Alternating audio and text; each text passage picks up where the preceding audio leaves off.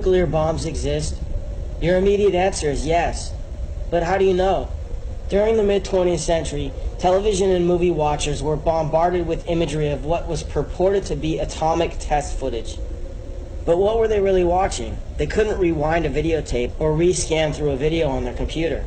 So what option did they have but to accept these images at their face value? Now we have opportunity to scrutinize these images to see if they hold up to analysis.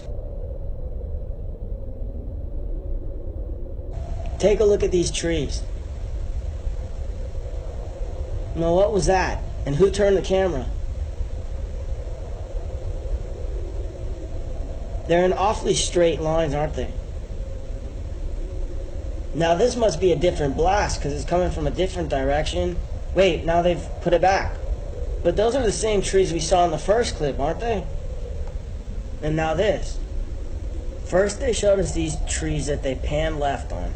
Then they show us these trees that look like they should be next to a model train.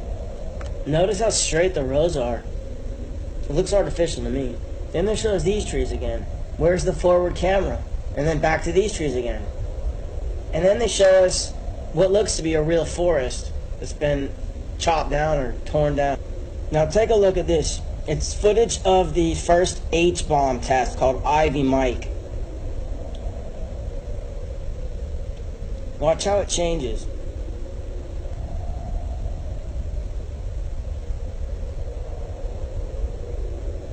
That's a composite. Then it morphs into this. It looks like a completely separate explosion. Now take a look at the frame before the explosion and then the one after. These frames were cut together. Why? Then this frame was cut to this, which looks like the sun to me. It looks like they're zooming in on the sun. Maybe a composite because the clouds aren't moving. Then they introduced some sort of liquid. It looks like a laboratory concoction in composite with the sun. Next is Operation Dominic Fireballs in the Yukon. What does that look like to you? Watch it again. It's the sun. Now here's Operation Greenhouse. These guys are getting all ready to see what looks to be the sun again. The sun seems to start to expand. Maybe it's being zoomed in on. They worship the sun after all, Lucifer. So why wouldn't they use him as their greatest weapon?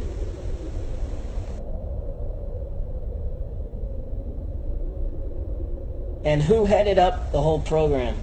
None other than J. Robert Oppenheimer of the Oppenheimer family, who is reputed to have been the original financiers who got the Rothschilds started in Frankfurt, Germany in the 18th century. He should do his duty, and to impress him, takes on his multi-armed form and says, "Now I am become death, the destroyer of worlds." You're thinking, what about Hiroshima? Is that Hiroshima? Is that Hiroshima?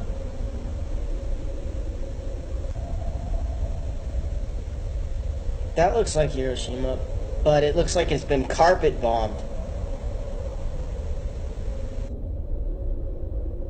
Check out this image of Rotterdam.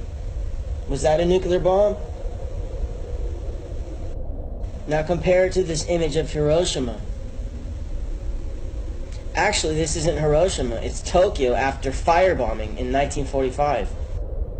If you accept that FDR might have had foreknowledge of the bombing at Pearl Harbor, maybe you might want to leave room for the possibility that his propaganda machine might have created the myth of atomic bombs.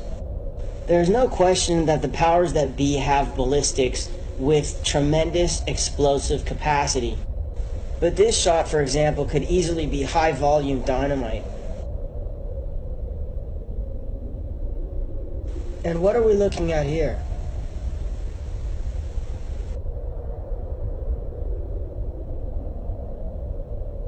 Take a look at this house again.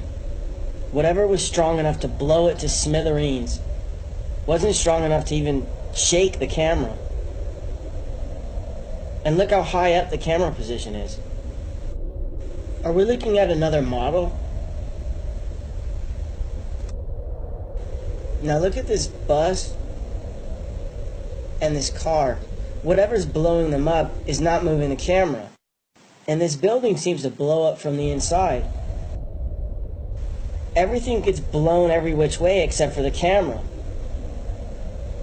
Except look in this shot, it seems to tilt up a little bit.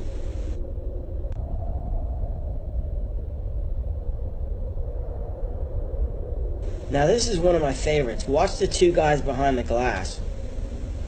Who's filming them? Isn't he being exposed to all that rocket fuel? Anyways, I'm not trying to convince anyone of anything. If you're hell-bent on believing that they can blow up the world at the push of a button, then go ahead. But next time you hear a politician justifying the invasion of a country based on the fact that they supposedly have weapons of mass destruction, realize that they're not only lying about the other country supposedly possessing weapons of mass destruction, they also may be lying about the very existence of weapons of mass destruction.